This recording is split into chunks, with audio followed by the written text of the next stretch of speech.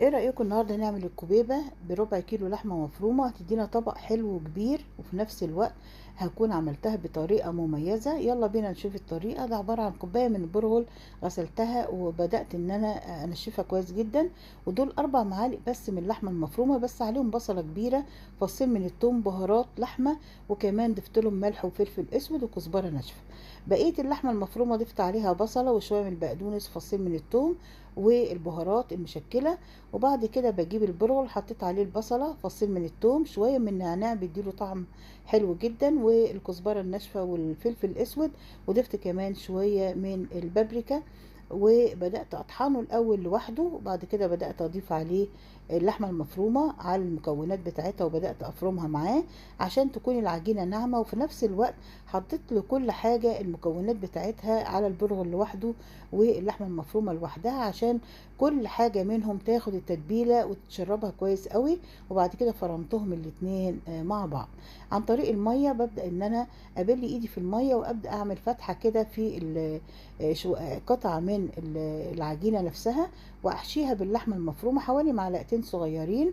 ممكن اضيف لها دبس الرمان، اللحمة المفرومة المعصجة، ممكن اضيف لها زبيب، ممكن اضيف لها مكسرات موجودة عندي او صنوبر، ولكن طبعا احنا بنعمل على قدر المستطاع اللي موجود عندنا. ببدأ في العجينة كويس جدا، وما اسيبش فيها فتحات عشان اللحمة المفرومة ما تخرجش منها. ممكن اعمل لها طرفين بالمنظر ده، ممكن اعمل للكوبيبة طرف واحد بس. وبعد كده بعمل الكمية كلها زي ما انتوا شايفين كده معايا. وببدأ بعد كده احمرها في زيت غزير. بجيب الزيت وببدأ ان انا اسخنه كويس جدا. ببدأ ان انا احط الكوبيبة بعيد عن بعضها لحد ما بتاخد اللون الذهبي.